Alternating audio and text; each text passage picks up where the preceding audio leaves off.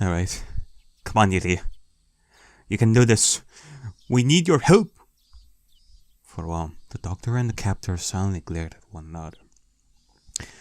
Like, I am thinking right over here, it could very well be that it's because of Irie that we found that wallet. That maybe this is happening a little bit before we discover the wallet. So he comes to check on the little kid. He notices that he has been kidnapped. And so he's taking the wallet secretly, placing it here, and thus the police would find the kid, like right here. That could very well be possible, let's see. However, unable to stand the sight of the boy continuing to suffer, the doctor, as the captors had hoped, didn't press any further.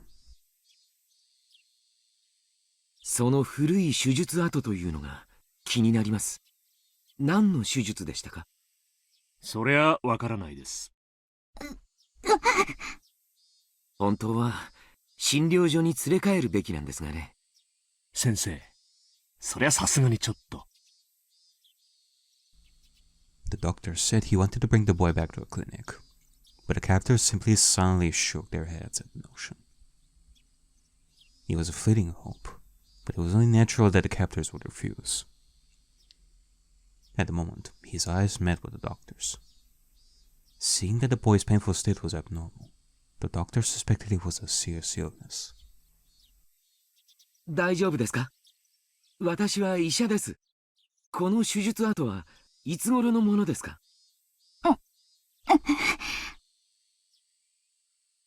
去年の冬に事故で。事故？そうですか。参ったな。He couldn't let the doctor figure out that he was faking it here. He had to somehow figure out some way to keep this going and tell the doctor that he was being confined and needed help. 患部を少し触りますよ。痛むところがあったら言ってくださいね。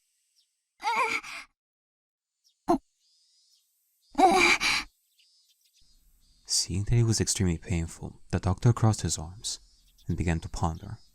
Come on. He had to somehow get himself to a hospital. To Toshiki Inukai, faking this illness was the performance of a lifetime.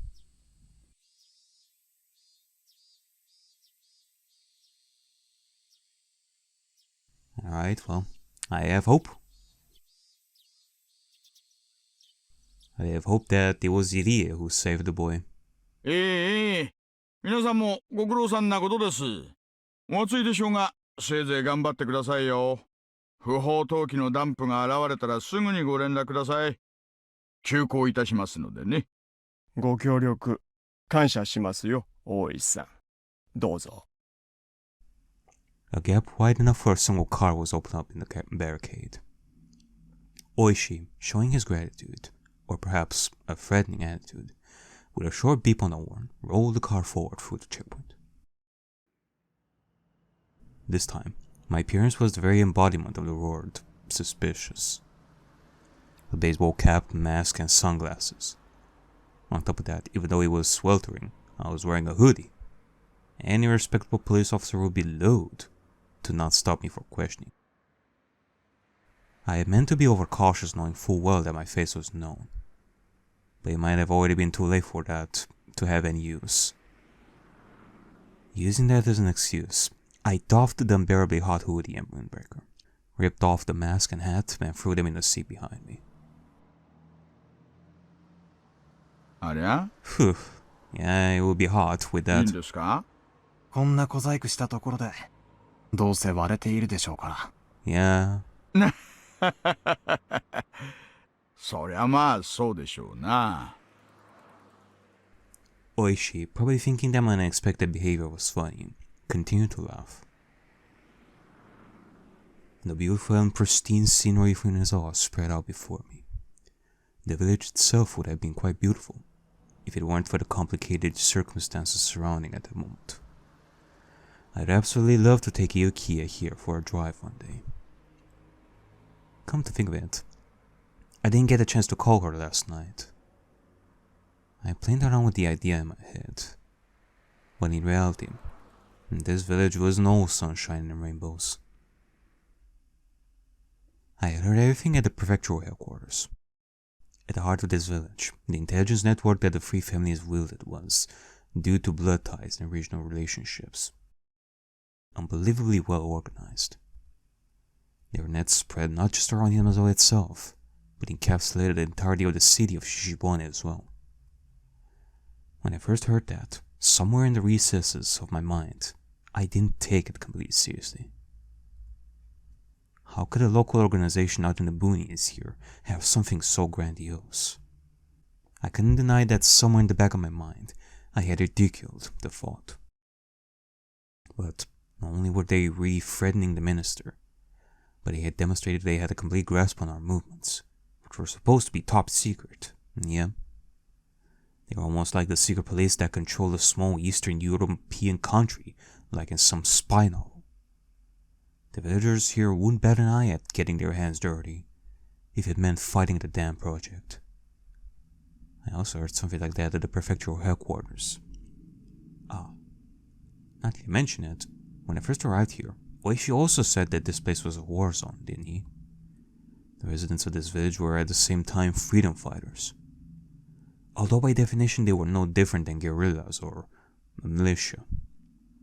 They weren't protected by the Geneva Convention, but they also didn't have to adhere to those rules either. This place was more of a quagmire than any legitimate battlefield. A secret war was unfolding. I could drive along because Oishi was with me. But if I was to leave this car for even something as trivial as looking for a vending machine, there was a chance I wouldn't return. Even though a single shot had me fired, this was a battlefield. No. The reason why bullets weren't flying was simply because it was hard for a civilian to obtain a gun in Japan. So they were probably just equipped with weapons other than guns that were easier to obtain. That was why Oishi was wearing the stab-proof vest, wasn't it? 赤坂さん、緊張してます I mean, of course he would. The fact that I was apprehensive was, of course, picked up on by Oishi. If he'd already figured it out, there was no point in trying to deny or hide it. もちろんです。敵の本拠地にたった2人で乗り込んでいるんですよ。この人数では万一の時が不安です。万一の時大丈夫ですよ。この村の人間すべてが敵ではありませんでしたか。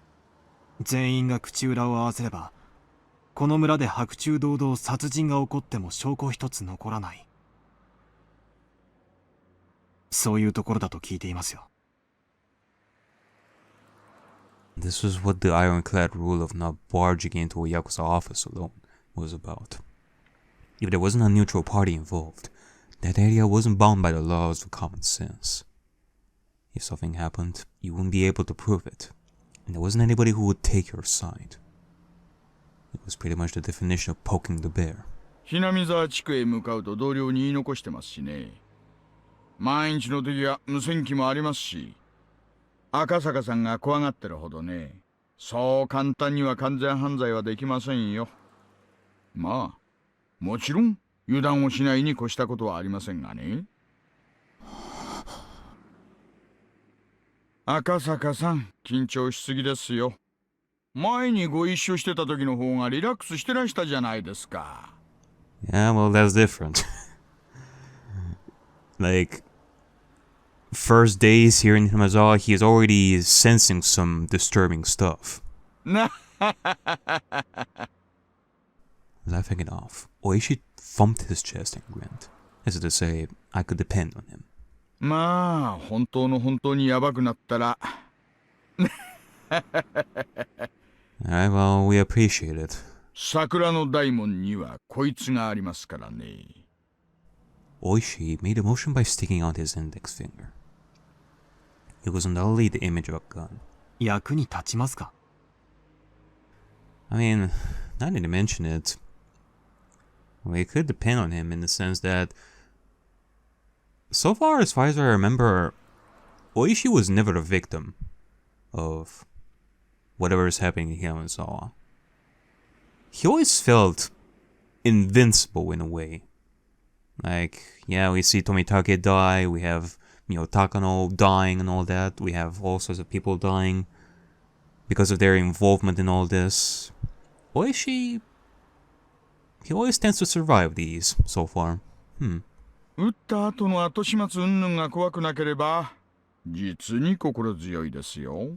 And he is the one who is also looking into this like real hard. So, it's interesting. An officer's gun was only for show. I think that's like one of the theories that I had in like the first season investigation video, in the sense that, hey, how come like he has been digging into like this whole Hinamizawa business for quite a while, and he's an outsider. How come he was not a victim of this? I think from what I remember, I was thinking of the possibility that, hey, if somebody were to touch Oishi, it will be no good. Maybe Oishi has some connection, and if he were to be hurt or if he were to get killed, it will be no good for those involved, for those who are responsible. Maybe, I don't know, maybe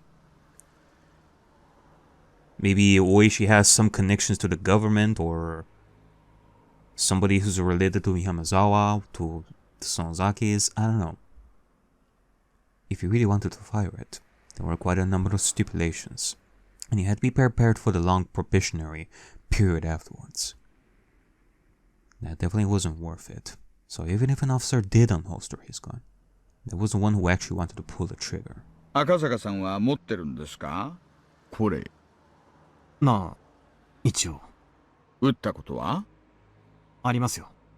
訓練で、ですがね。そりゃそうでしょうな。なら大石さんにはあるんですか？私ですか？ね。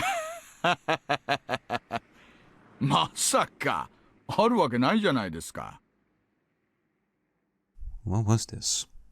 I thought he was laughing at me because he had experience. The two of us laughed together. 銃口を向けたこともありませんがね。銃口を向けられたことなら何度かありますよ。His piercing eyes are enough to shoot your heart from a distance. To the point of calming you down and, not make any mistake in front of him.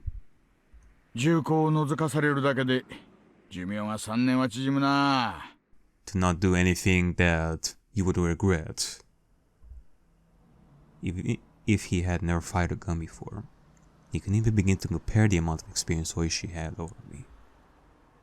At a time like this, I could only marvel again at how reliable Oishi seemed. そういえば日の高いうちにこっちには来たくなかったな。でも車道はここを抜ける以外にないし。赤坂さん、念のためもう一回マスクで顔を隠してください。Alright. どうしたんです？冷房がうるさいから聞こえないかな？ No. 切りますよ。窓を開けてみてください。Aw, man. Turning off the AC. When I opened the window, a blast of hot air blew inside. And then, I could hear angry yelling coming from far away. Is it the riots? At the moment, the forest gave way on either side of us, and our view expanded suddenly. And there could be seen the Hinamizawa Dam construction grounds, the very front line from the Hinamizawa village.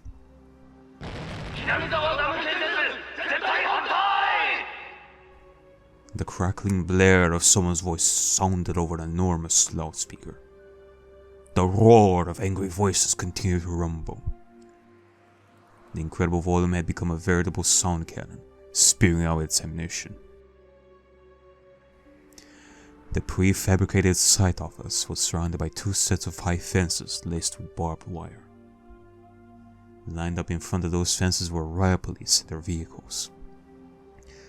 And surrounding it all were the villagers. They howled out their protests against the dam as a single entity. お、今日は少ないですね。ついてます。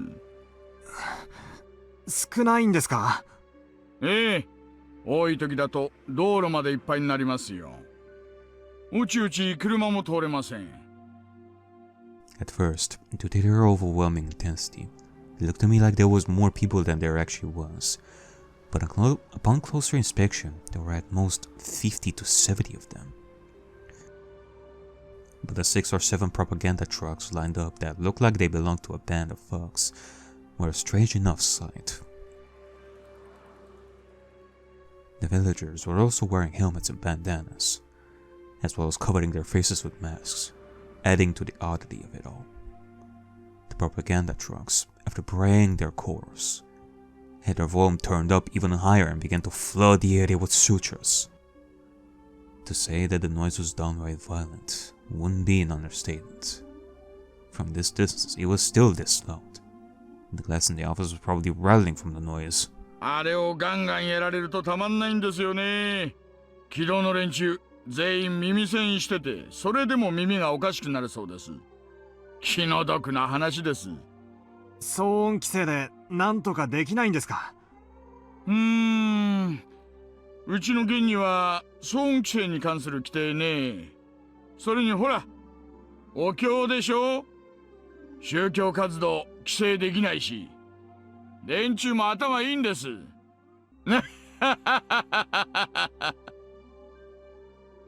Is what I think Oishi said. yeah, I guess you can't hear well. Actually, no matter how tightly the window was shut, the booming sound of the sutras still filled the car. I couldn't even hear what Oishi, who was sitting right next to me, was saying. As the car approached the line of propaganda trucks, the blare became difficult to bear. It wasn't enough to just plug my ears with my fingers. I had to hold my head to keep my skull from splitting apart. If I'd seen this terrifying energy sooner, I would have probably understood what Hinamizawa village was much quicker. Now I knew. They wouldn't blink an eye at sacrificing themselves in order to protect their hometown. Yeah, basically. So goddamn noisy. Shut up, shut up, shut up! My head throbbed and felt like it was going to split apart. My eardrums crackled, and on top of it all, I felt like I was going to throw up. With the road crowded with a throng of squatters, the propaganda trucks, and the riot police's vehicles, it was in no way easy to get by. Even if you tried to shoo the squatters with a car horn, they were also wearing earplugs, oblivious to noises from the outside world, and wouldn't easily move. The car could only inch forward at a snail's pace. Even then, the car eventually got through, starting to leave the tumultuous noise behind. ほら、昨日一緒に麻雀やったメンツにお年寄りさんいたでしょ。覚えてます？ Yeah, I assume that he is there as well. I remember that there was an older person who didn't exactly mince words. The guy that Oishi called old man. いらっしゃいましたね。彼ね、第一航空の現場監督さんなんですよ。あそこのプレハブの中でイライラしながら仕事をなさってるんでしょうね。Yeah, I can imagine. お気の毒なことです。あれが毎日ではたまったものではないでしょう。耐えかねて辞めちゃう人が後を絶ちません。まあ、その度にお給金がアップしてるんで何とも言えませんが。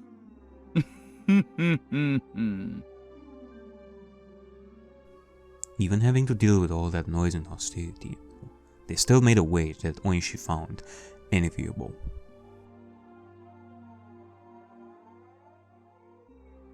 ちくしょう、こいつら。聞こえてるのか聞こえてないのか。A group of squatters were in the way of the car.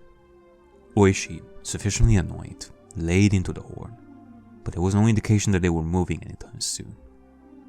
In this din, could they not even hear a car horn? Or did they hear it and were being malicious? It could be either or. If there were any riot police nearby, they would have made people move. But it just so happened there weren't any around here.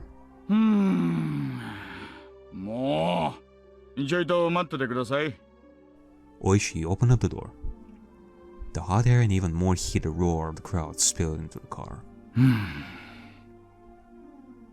Oishi said something as he grinned widely, but I couldn't hear what it was. He was getting them to move. Something like that?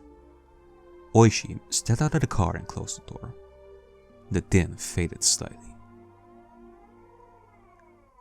I stared blankly as Oishi headed towards the group and started some sort of conversation. Maybe we'd find the minister's grandson at Takatsudo. At the very least, I wanted to find him there. Find him and slip the cursed bonds of this incomprehensible village. I could only pray. At that moment, a shadow was suddenly cast over me. Somebody was standing right outside the passenger side window, blocking the sunlight. I spun around, looked up, and realized who the backlit figure was. Alright, shall we bet like another $5 or $10? Is it gonna be Rika?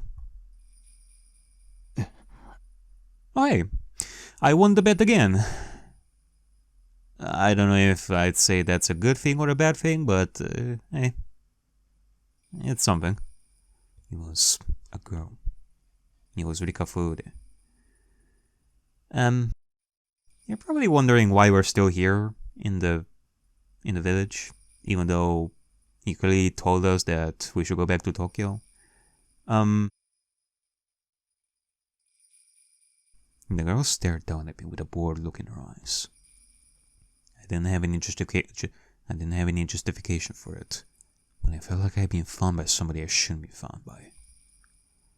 To fill the silence, I raised my hand as I mouthed a meager greeting. Me? Nipa. Of course, there was no way she heard my small voice in this clamor. But even then, she should have seen me wave my hand in greeting. In spite of that, she simply stared down at me with a cold look on her face. At that moment, the noise and heat spread throughout the car once again. Oishi had returned to the driver's seat. Taking a look, the group that were blocking the road had started to move aside while glaring our way. お待たせしました。行きましょうか。Oishi registered the figure of the girl behind me. One of the villagers came over and picked her up. In the manner of, it's dangerous, so get away.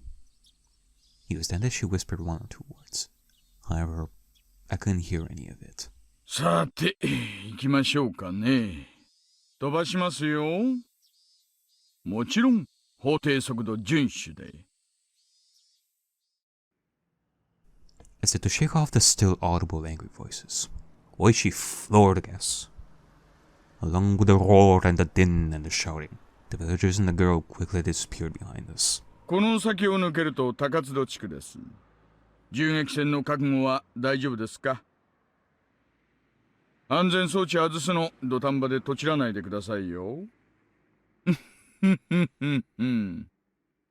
Oishi laughed mockingly again.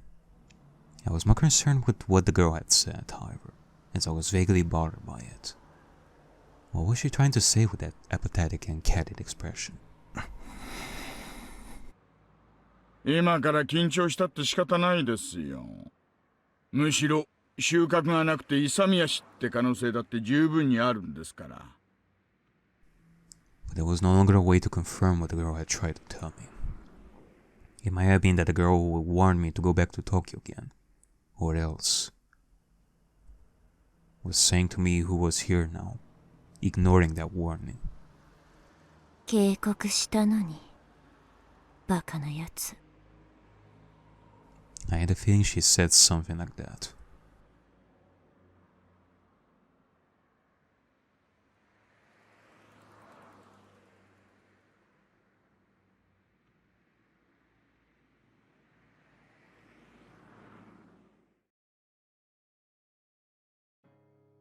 If you were to call Hinamizawa a rather lonely village, then Takatsudo was outright desolate.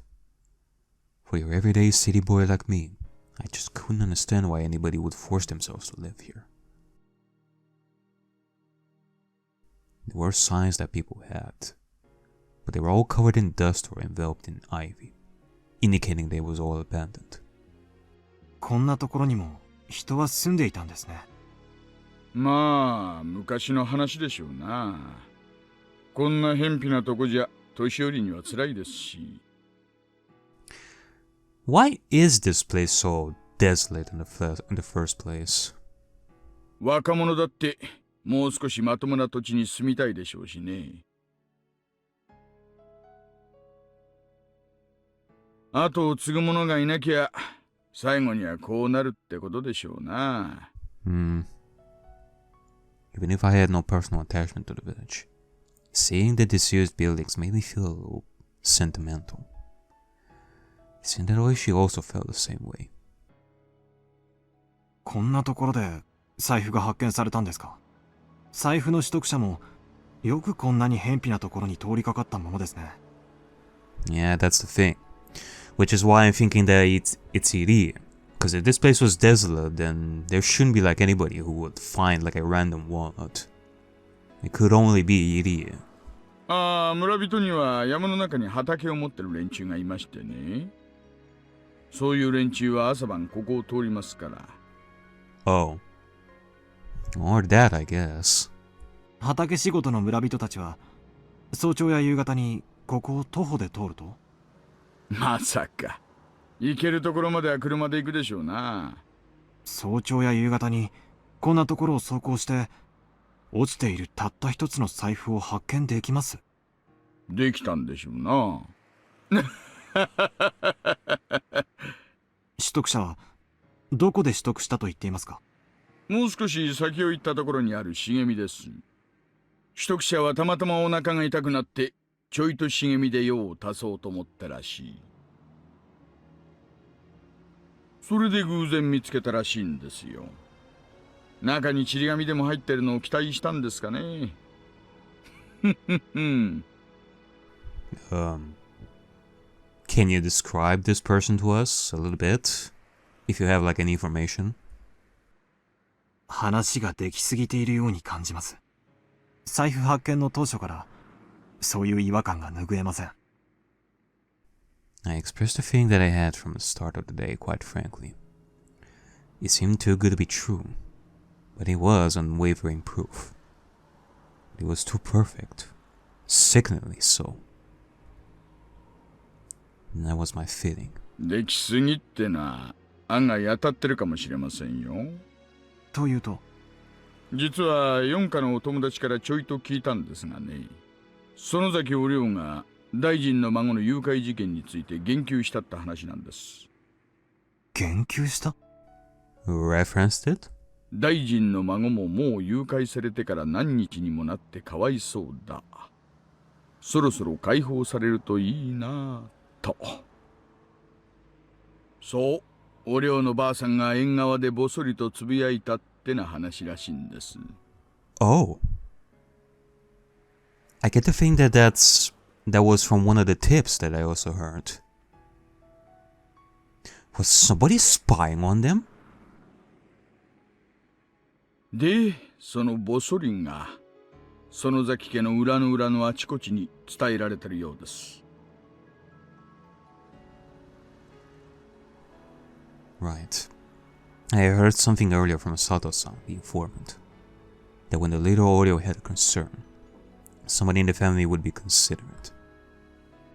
つまり、それは実質上の人質解放命令ですか。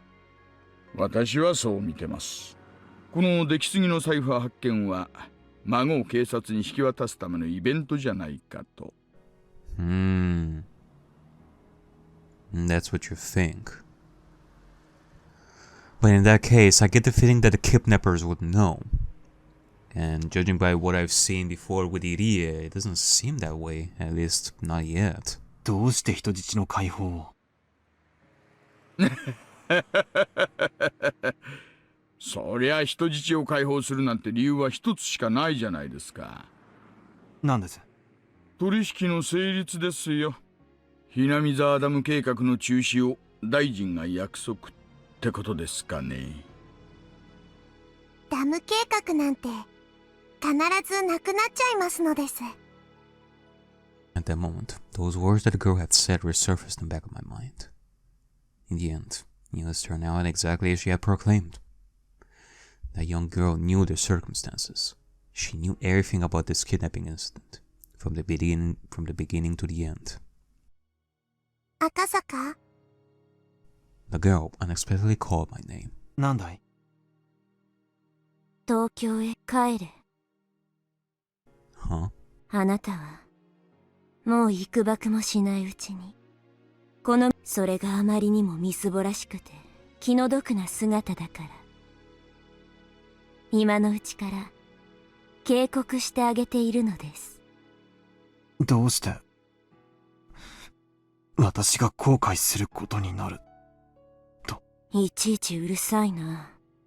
あなたの親は、あなたが赤信号の横断歩道の真ん中にいるとき、どうして危ないのかを全部説明し終えるまで、あなたの手を引っ張らないの？引っ張るでしょ。まず歩道まで連れ戻してから、なぜ危険なのかを解くでしょう。つまりはそういうこと。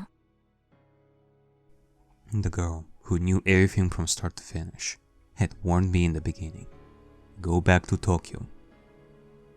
赤坂の怖がり。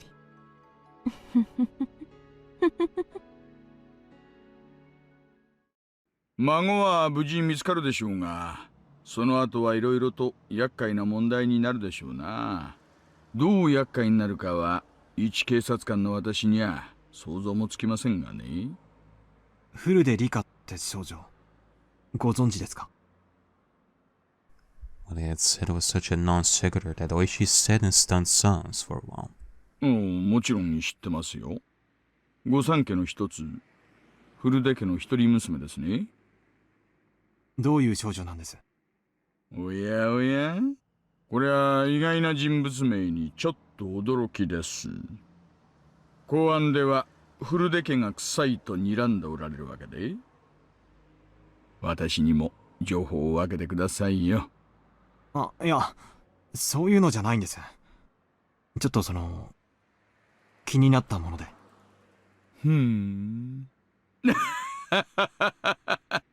まあいいや。同じ卓を囲んだ友人の質問なら答えないわけにはいきませんからね。友人と呼んでいただけて光栄です。で、あのお嬢ちゃんはね、まあ村のマスコットみたいなもんです。村中の誰からも愛されてます。中でも年寄り連中には特に崇められてましてね。崇められる？よくは知らないんですがね、古出家に生まれた女の子ってのには多少神聖な意味合いがあるらしいんですよ。Indeed. hinamizawaの土着信仰ですがね、お社様の生まれ変わりだとかなんとか、そんな話があるらしいですよ。お社様。そういえば同盟の登り旗の中にお社様と書かれたものがあったような気がします。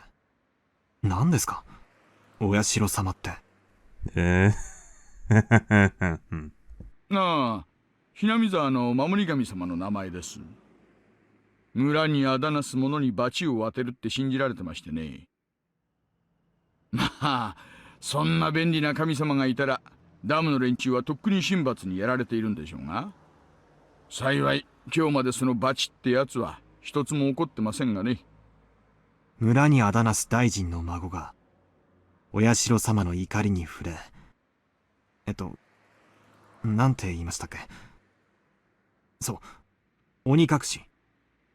大臣の孫を鬼隠しにしたと、そういう筋書きになるわけでしょうか？ Yeah, you could say that. In fact, I don't remember if Shion actually described it that same way before as well. Or at the very least, Keiichi thought of it that way, that the grandson was spirited away back in chapter 2. なるほどな。 Which makes sense. Except in that case, he was saved. そういうことになるんでしょうな。お社様が下した神罰なら、犯人はお社様の生まれ変わりであるあの少女。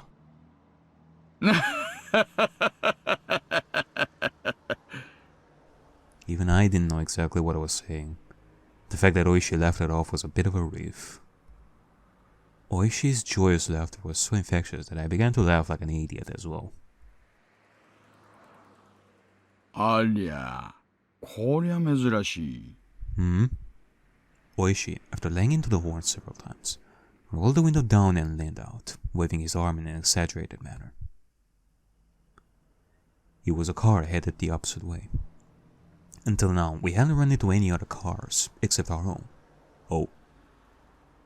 Is it the Irie? And of all places, it was at this desolate location. It seemed that Oishi knew the owner of that car. The other car also chirped his horn and came to a stop. 入江の先生! Okay, so it's Irie.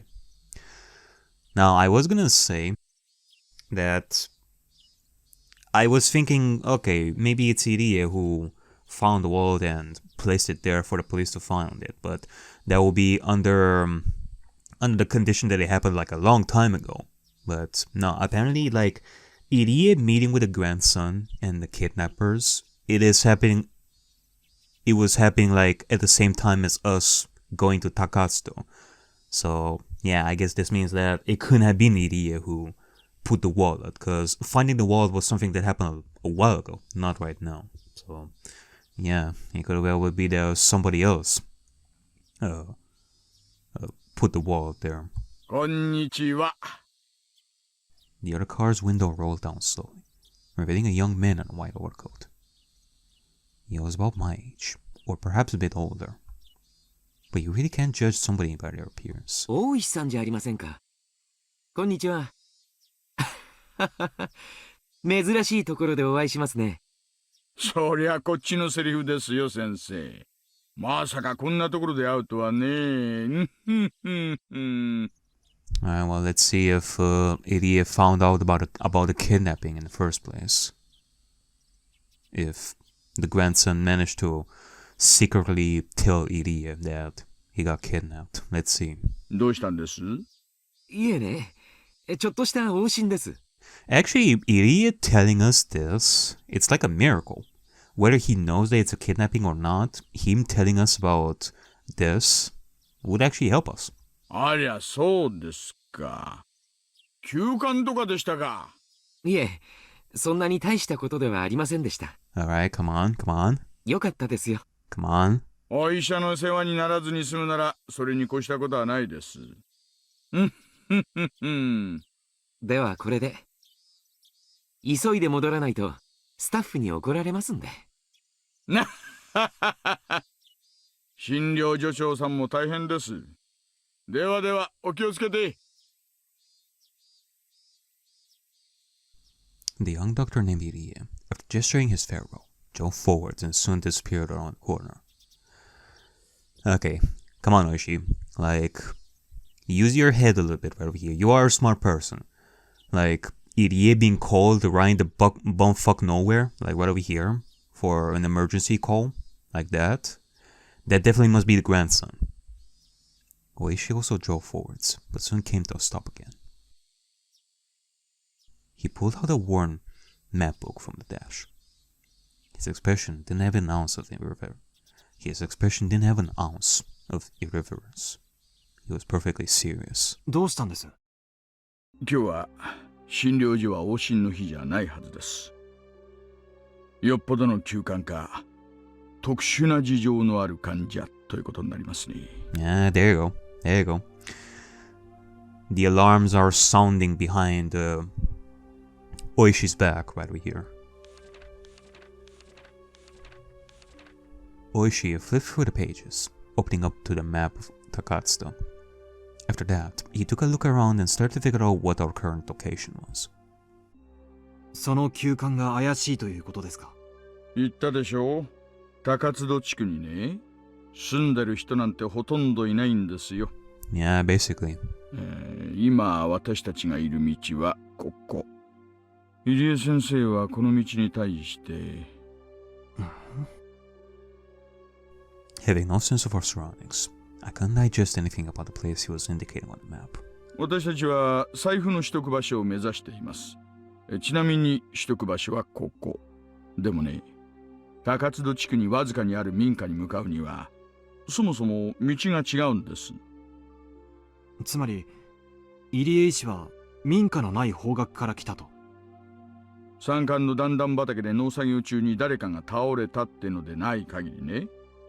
人が倒れて医者が呼ばれたら、普通は連れ帰って詳しく調べるもんです。でもさっき理恵医師は大したことはなかったと言いましたね。車には他には誰も乗っていなかったようですし。Oishi didn't say any more than that. I also said nothing more. The doctor just now examined the patient. Close by. Only that.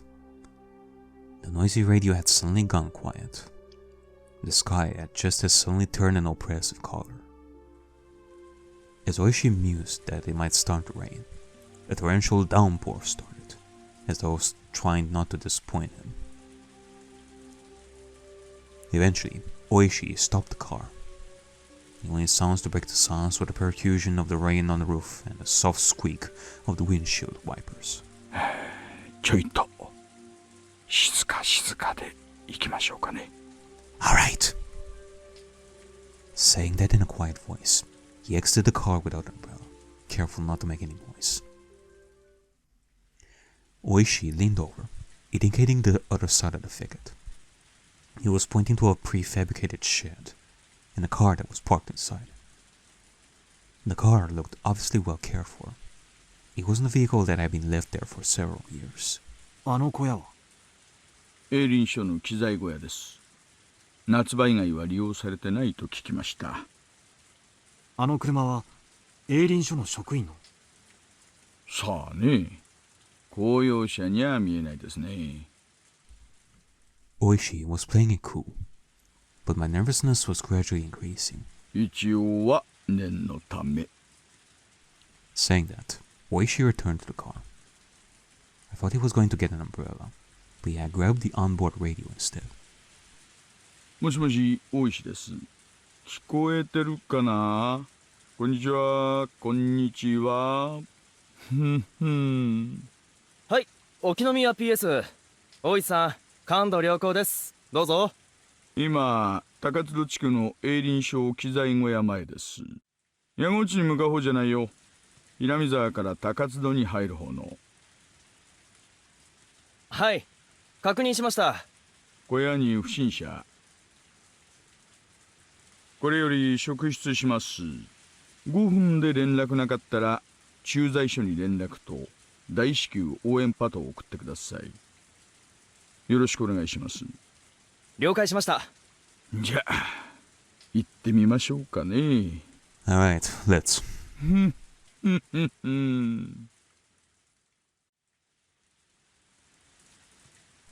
Since he was first confined here, he had heard the sound of a car multiple times. So he just thought the far-off sound was more of the same. However, the reaction from his captors was, until now, something he had seen before. They jumped, reacting as if shocked by a jolt of electricity, and pressed against the window, cautiously peering outside. 止まったな。営林署の人間まずいぜ。いや、警察やんな。One of the captors lifted the boy by his collar and pressed a blade against his cheek. お兄ちゃん、ちょい静かにしててな。Uh-oh. 分かってると思うけど、大声出したりすると大変なことになるからな。Toshiki Inukai was sure that the doctor had reported things to the police.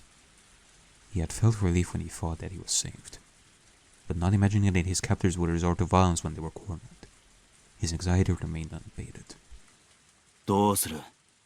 時間稼いでるん。小僧連れてちょい裏から抜けな。ほとぼり冷めたら落ち合おう。One of the perpetrators grabbed the boy by the collar and forced him to stand. Of course, Toshiki Inukai tried to resist by feigning that his illness had been aggravated by his tough treatment. But his captors paid no heed. Bang, bang, bang! Oh Oh, okay, I thought that was a gun. Like I saw like bang bang bang into like some sounds in the distance. I thought it was some shooting. The door was violently banged open. ごめんください。こんにちは。 Bang bang bang bang bang bang bang bang. The door was banged on again. Toshiki Inukai hesitated for a moment to respond to that voice by yelling. However, while he was being indecisive, his mouth was covered, taking that option away from him. The leader of the captors waved at the other to go. The younger perpetrator nodded in response, and while keeping the boy's mouth covered, started heading towards the back door. はいはい。何かご用かいね。どうも。警察ですがね。ここちょっと開けてもらっていいですか。急な雨で困っちゃいましてね。ええ、今開けますん。The moment the lock was undone, Oishi forced the door open. When, with a gleam of menace in his eyes, he pushed the man aside as he stepped into the room. Then, in a small and empty room, he was able to quickly discern that the boy he was looking for was nowhere to be seen. あれ？私はここは営林署の機材倉庫だって聞いてたんですけどね。Alright, well, let's hope that Akasaka is in the back. 何にもありませんね。That would be a good strategy to use in this case. There was nothing inside the room that would indicate this was an equipment shed. There was only a mountain of blankets, indicating that somebody was sleeping here, alongside empty food packets strewn about. ああ、ここはずいぶん前から空っぽさね。機材がしまってあるところなんて見たこともねえわ。でも営林署の建物でしょ。あんた営林署の人。あんたこそ誰よ。警察？ The two then glared at each other suspiciously. Both Weishi and the man steadfastly refused to reveal their identity before the other did. The man, judging from the sharp look in Noishi's eyes, realized it would be hard to talk his way out of this one. No matter what he said, the most time he could buy would probably be only a few dozen seconds. Only the sound of rain filled this tense moment.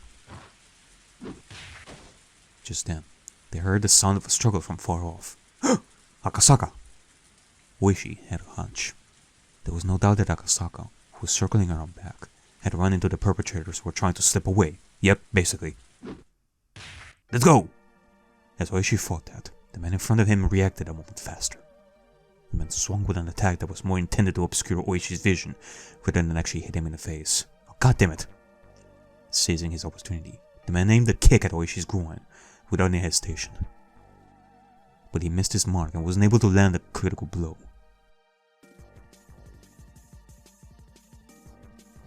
The man, trying to pin Oishi, grabbed him by the base of his neck with both hands and fiercely tried to push him down. Come on, Oishi. But Oishi fell backwards, as if kicking the man upward. He dug his foot into the man's midsection.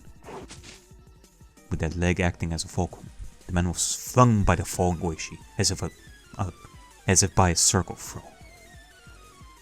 The two of them squared off in a pouring rain. 面白いじゃないの。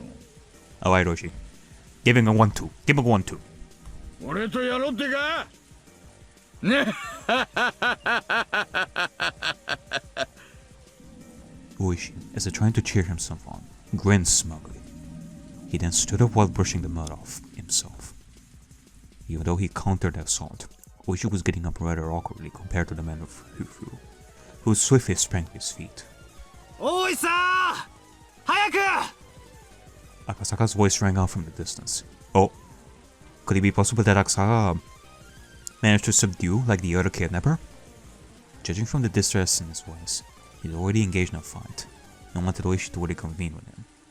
Okay, well, I was thinking that maybe Oishi dealt with the kidnapper already, but it seems that he is struggling as well.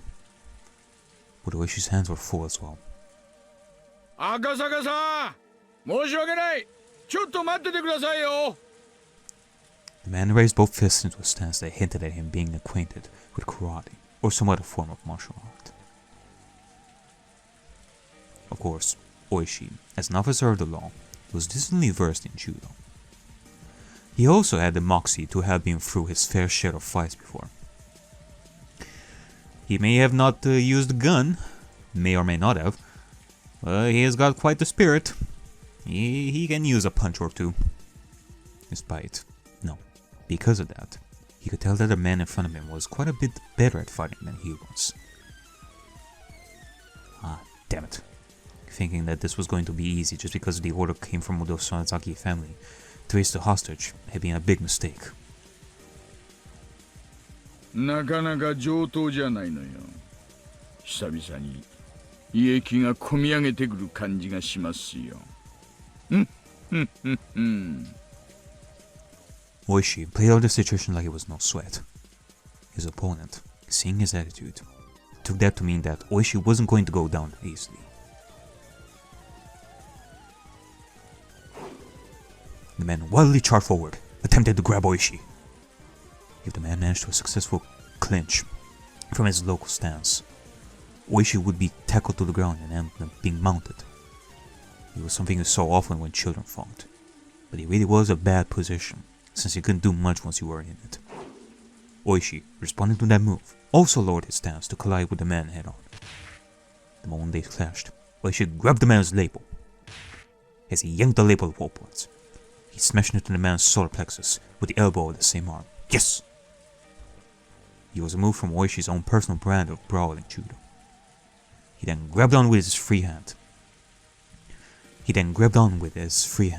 and attempted to throw his opponent with both hands. But the man lowered his center of gravity and swung his arms in a large arc, entwining them with Oishi's. Not only that, but he had forced both of Oishi's elbows to the solid side. And Oishi, now in an awkward position, was in danger of exposing his back with his hands, still clutching the man's chest. This guy practiced Aikido or grappling, didn't he? Oishi, cursing the fact that his fingers were twisted into the man's shirt and couldn't get away, released his grip. But he was still in the awkward position of being bent over. And to top it off, at zero range, the man was able to read Oishi's movements completely as he tried to squirm his way into a better position. And then, took the palms of his hands and swiftly clapped them over both of Oishi's ears. Oof. Nuts! Clapping the ears in any other martial art, except for self-defense, was basically forbidden. Karate and judo didn't recognize it as a legal technique. It was that much of a simple and dangerous attack. Oishi raised both his hands as he tried to reflexively clutch at his own ears. But before that could happen, the man wrapped his arms around Oishi's neck. Oh, goddammit. Come on, Oishi. His thick biceps clenched firmly around the base of Oishi's neck like a vice. Oishi instinctively thought he was going to be killed. After all, it wasn't hard to believe that a man like this, who was accustomed to fighting, could crush his opponent's neck from his position. But his opponent didn't do that. He had chosen to keep his hold and force Oishi to lose consciousness. That's why Oishi, at that moment, even though his face was twitching, was grinning widely. Even though his opponent had a chance to kill him, he didn't choose to. He was thinking, this guy has no intention of killing me. However, even though that might be the case, the man's hold on his neck was by no means gentle. In no time at all, Oishi's consciousness began to fade. Having experience of being taken down countless times in judo during his student days, Oishi was utterly resigned to the fact that it was over. No! Are you kidding me? Akasaka was finally recovering from the intense pain of being kicked in a rather sensitive area. He had bumped into Captor carrying the boy by the back edges. He had seen Toshiki Inukai's picture plenty of times, but he wasn't able to immediately ascertain if the boy in front of him was the real deal, with his mouth covered in packing tape. Also, with his limited experience, it wasn't hard for him to panic over how to deal with the situation. Of course, the perpetrator didn't overlook his momentary lapse. His kick landed squarely in a critical spot, with Akasaka not even having time to call for help. As the man flung the boy over his shoulder, he headed towards the front of the shed, but upon hearing Oishi's bellowing voice, he gave up on going that direction. He then dashed off towards the forest, as if the weight of the boy slung over his shoulder wasn't even there. Akasaka was lost for a moment. Meeting up with Oishi, who was fighting with the enemy, was by far the safer option. But he couldn't just lose sight of the fleeing man.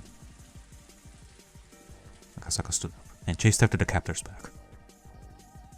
He ran through the short thicket, branches and fallen leaves crunching underfoot. The tips of branches racked and clawed at him, small scratches inscribing themselves on his body one after another. He kept on stepping into puddles of mud, and his shoes were soon filled with murky water. For Akasaka, traveling through this unexplored forest was, even though this was an emergency situation, extremely unpleasant. As he said that, he regretted it immediately, as it was but a waste of breath. There was no thief in the road that would politely stop when told to by the police. To a city boy like Akasaka, running through this forest was an arduous task. However, it must have been no easy task either for the man carrying the minister's grandson. He neither gained nor lost ground in his pursuit. Akasaka, upon realizing that, gained back a bit of composure. Just keep on chasing him. Come on, Akasaka. Come on. We are running in the same conditions. In fact, the man running with an awkward stride was at far more of a disadvantage. They couldn't run forever. Eventually, he'd definitely trip and fall. As long as he was being hounded, he would definitely stumble. Plus it's raining too. I mean, come on. Soon, his wish was fulfilled. The man, who had stepped in something and lost his balance, was no longer able to bear the weight of the boy, dropping him. Okay, good. Akasaka, in all honesty, didn't care about the perpetrator at all. Just as long as he could ensure the safety of Toshiki Inukai. So if the perpetrator ran off by himself, it was perfectly acceptable. But it seemed that Toshiki Inukai was important to the man as well. He didn't choose to just run away empty-handed. Akasaka didn't know what to do in this kind of situation. His first priority should probably be to ensure the safety of the boy, subduing his captor being less important. Grappling with the perpetrator wasn't something he planned on, but most likely it was either do or die. Akasaka's moment of indecision proved to be fatal. The man, aiming right between, or rather, for both of Akasaka's eyes, struck out with a jab. Ah! Not wanting that, Akasaka raised both his hands to shield his face. At the moment, the man kicked at his unguarded midsection. The pain almost felt like his vital organs were being squeezed out of his body. But he had latched onto his opponent's leg. But his opponent didn't hesitate one bit. Leading with his sized foot, the man jumped at Akasaka, applying pressure and pushing him down. Akasaka wasn't able to withstand that and fell. But under no circumstances was he letting that leg go. Yeah, that's right. Don't let it go, Akasaka. You gotta do this. The two men fell together in a tangled heap. The man was desperate to pull his leg free from Akasaka, but having fallen in an awkward position, wasn't able to. The two of them rolled around on the ground, floundering about trying to gain an advantage. But Akasaka, who was holding onto his opponent's knee with both hands, and an opponent, who had complete freedom to move his upper body, were in two completely different situations. The man gained a positional advantage on Akasaka, who was still lashed onto his leg and couldn't move away, and pounded full force on his head with both his fists. Not only that, he found a rock nearby and beat it against Akasaka's skull. Oh god. Fuck. The difference between being hit with a fist and being hit with a rock was vast. Akasaka quickly thought of letting go of the man's leg to free his hands to protect his head. But if he let go here, the man would get away. If he didn't dig in here, everything would be for naught. The boy he was trying to save was right there. He was going to save him and go back to Tokyo. If he could do that, it was goodbye to this freakish village. Bam! Crack! Tut! Akasaka! Without looking, I could tell my forehead had split open and was gushing blood. Oh god. But I didn't let go of the man's leg. How could I? I won't let go. The man realized that no matter how much he beat my head, he wasn't getting away. He used both his hands to grab my throat as if to crush my windpipe. I put my head back as a slight form of resistance, but it was of no use. The man's hands enveloped my neck and began to crush it like a vice. No! It was less about the pain of not being able to breathe, so much as it was choking so hard I felt like I was going to throw up. It felt like my stomach was going to turn itself inside out, but I could only endure it. Damn it, damn it, damn it, damn it. My throat. It hurts. I won't let go. I can't let go. I didn't want to be here. I wanted to resolve this and go back to Tokyo. Go back to Tokyo and talk to Yuki. All about our unborn child. We're going to talk about our bright future. I had no intention of losing my grip. However, it loosened just a bit, and the man's leg came free. The man kicked as hard as possible, and I tumbled backwards. My head was spinning, and I wasn't able to get up right away. No, I couldn't even put any strength into getting up in the first place. Even so, I couldn't back down. If I let him escape now, this chance would never come again. Even just catching their scent was nothing short of a miracle. And that's right. We have been nothing but blessed with miracles so far. With the 4 men, like at the table, like finding out about the kidnapping from the family meeting, and now this. This is like 1 in a million miracle here. We weren't able to get the minister's grandson back here. There won't be another chance. The man tried to drag the boy to his feet, but the kid was displaying some unexpected resistance, allowing me to get up and noticed. Yes! Yes! That's right! Come on! Little boy Inukai. I asked the rock the man had just beat me over the head with. Now it's my turn, bitch! The rock should be able to supplement what meager strength I had left, adding more than enough power to my attack.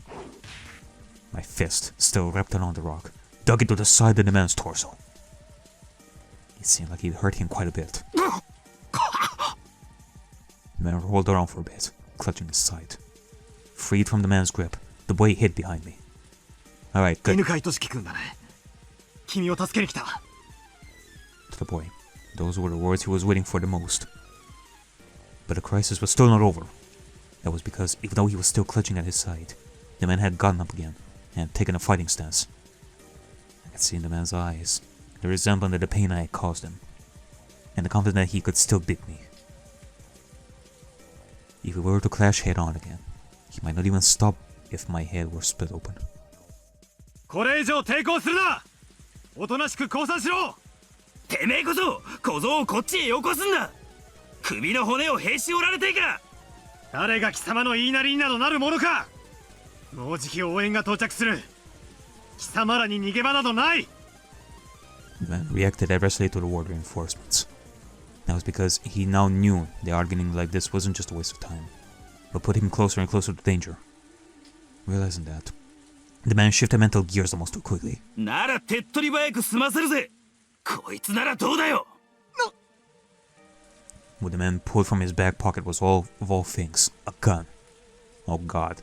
Of course, I'm a police officer. It's not like I don't know what a gun is. But having one pointed at me was something I'd never experienced before. Was it real? Of course it was. There's no way you'd be a replica in a situation like this. おとなしく両手を頭の上で組んで、そこにうつ伏せになるんだよ。図に乗るな悪党。誰がお前に従うか。このクソバカが。撃たれなきゃこいつの恐ろしさがわからねえかよ。なら撃ってみろ。貴様の忠誠で応援がここに駆けつけるぞ。バカが。森の中で、しかもこの雨だぞ。銃声などかき消える。As long as he still held that gun, no matter how much I yelled at him, I was at a distinct disadvantage. But I still had a fighting chance. If I were in his shoes, instead of wasting time yelling at each other like this, I would just shoot him and take the boy. That way was the fastest, and would suppress any sort of further resistance from him. But the man was demanding my surrender, without having fired a shot. Meaning that he either didn't want to shoot, or he couldn't. In other words, The man in front of me was soft. If I could buy even just a little more time, the factors that would lead to my victory were numerous. Oishi was probably on his way, and reinforcements we'd call for before coming here should already be well on their way too. Not like that, they should have contacted a local police box. Without doubt, somebody stationed in the village would be here much quicker than that. くそったれが撃たれなきゃこいつの怖さがわからねえかよ。どうせ逃げられやしない。無駄に罪を重ねるな。 At that moment, I heard the rustling of foliage and heavy footsteps approaching. Before she was coming here, it was a whole new ball game. The man couldn't have more than one gun. おいさん、ここです。ここです。I thought that time was on my side. But I felt to even imagine that the enemy could also have reinforcements.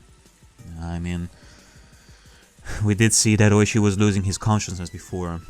That other kidnapper has won the fight, so it would make sense that this would happen. You could tell the man who had just appeared was one of the perpetrators just by looking at him. 何しよってんね。はよせんとな。警官来るんで。なん油うっとんしゃん。くそ。大石さんはどうしたってんだ。ああ、あんの樽男かいね。落としたったら泡吹いとんよ。大石さんが。くそ。The boy, sensitive to the impending danger, curled up behind my back. How could this be? Damn it. 期待してた相方は来ないってよ。How are we even gonna get out of this one? Jesus. ざまあねえぞ。観念するのはてめえの方だ。As I backed up against a large tree while still protecting the boy, the second man also pulled out a gun. 2回しか言わんね。頭抱えてそこにうつ伏せになるんよ。断る。Oh no! As I shouted in protest, blood erupted from my left shoulder. It took a few moments to register that I had been shot. Compared to the ones from in movies and TV dramas, the first actual gunshot I heard was simple and mundane. In fact, the sound was more akin to the small fireworks I used to buy from the corner store as a kid. But there was no comparing the pain. It was a fear you knew only after you had been shot.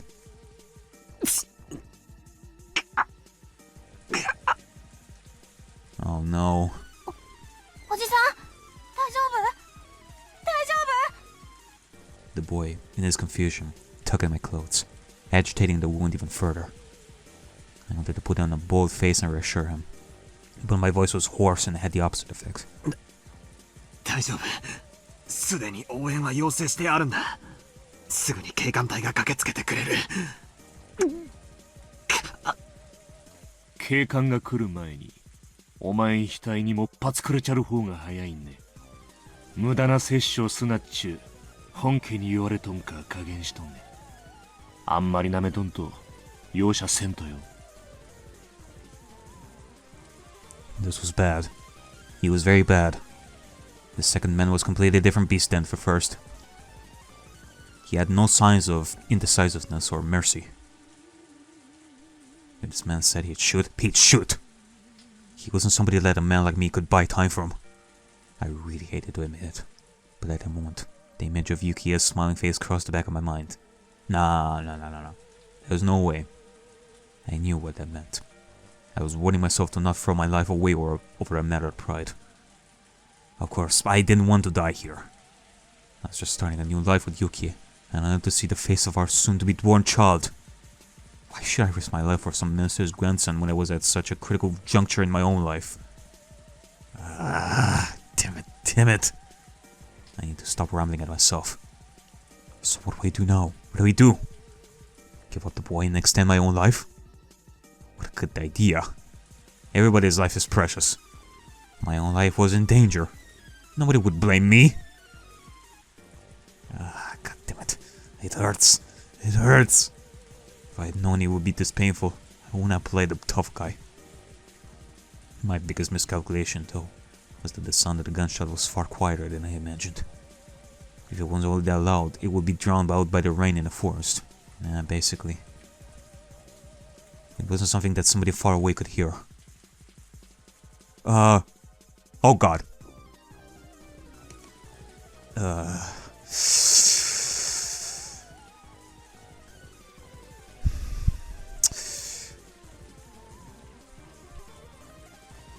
Of all the decisions to make, you're making me do this.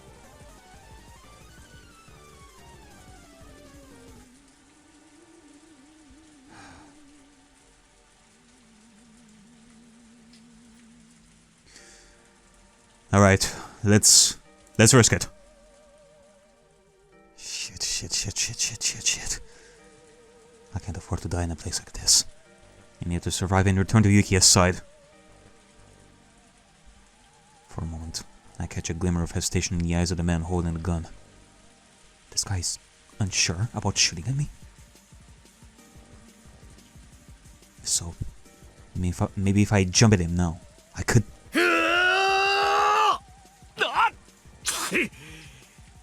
In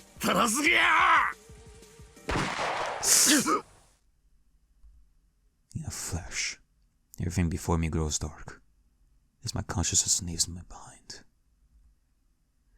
It was only after my body temperature rapidly came down and the burning sensation in my chest turned numb that I realized I had been shot.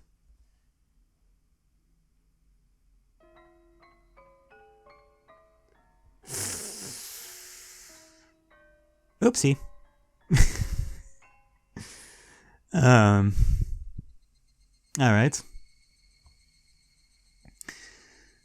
I will admit that I may have chosen that option with the information that eventually the grandson would be saved and that Akasaka would still live. So I was thinking that maybe this would be time that we would save the grandson. That maybe we would find like another miracle in that moment, but apparently not. Alright, well, let's go for the safer option here. Like, in retrospect, pleading for our life would mean possibly buying some more time for reinforcements to come, hopefully in just in time. Ah, こっちだって死なせとうない。わかればええん、わかれば。撃つなよ。撃つなよ。帰りを待ってる妻がいるんだ。死にたくないんだよ。叫ばんとでも歌んね。おとなしゅう頭抱えてうつ伏せになったら歌んだるね。本当だろうな。本当だろうな。約束は守れよ。絶対だぞ。男と男の約束だぞ。守ったんね。男と男の約束しやよ。守れよ、守れよ。じゃあ、うつ伏せになるからな。なるからな。約束守るんだから、銃を向けるのやめろよ。やっぱ撃つ気なんだろ。撃つ気なんだろ。俺が撃つついになったら、後頭部を撃つ気なんだろ。Oh man. Like, either Akasaka is really, really scared right over here, or he's pretending to panic in order to talk his way and buy some time. 歌んね、歌んね。わーった。しまってる。銃はしまってる。男と男の約束しやねえ。どんね。これなら文句ないんて。ねえ、極めて文句ないですよ。Yes! Give him a 1-2! Give him a 1-2! Yeah! He was over in a flash. The moment he lowered his gun, Oishi didn't let his chance slip by. Oishi had been assessing the situation for quite some time from behind the two men. But since they had their guns trained on me, he didn't really have a chance to jump in. Seeing the look on Oishi's face indicating that he wanted me to create an opening, I took on that role completely. Oishi forcefully lifted the arm that was holding the gun. He then took the gun from the man's hand in only an instant. The other man was a bit slow in grasping what was happening, pointing his gun at them. But with his ally grappling with Oishi, he couldn't pull the trigger. If that man was the one that was wrestling with Oishi at the moment, he might have shot without hesitation. But this man wouldn't shoot. He couldn't shoot. Oishi kicked the other man away, and while aiming the stone gun with his left hand, pulled out his own. With guns akimbo, he was aiming at both men at the same time. Ho ho ho! 大手飛車取りってとこですかね。 He was perfectly played, but heedless of the guns pointed at them, the man shouted, "Scram!" as they scattered away at full speed. He was over in an instant. Those two running away without putting up a fight was honestly unexpected. Whew. Alright, well. Akasaka had to die once because of my stupid decision, but nonetheless, we've managed to succeed this. Oishi, quietly clicking his tongue in an admonishment, slipped both guns into his pants pockets. ち、あいつらもよく知ってるな。何をですか？逃げてる背中を警官は撃てませんからね。私も退職金が惜しいもんで。Oishi and I grinned at each other. 君が犬飼俊樹君？犬飼検察大臣のお孫さん？はい。 Alright, well. You are gonna be safe from now on. Toshiki Inukai. You're gonna be safe, and you're gonna be sent back home. Mission accomplished.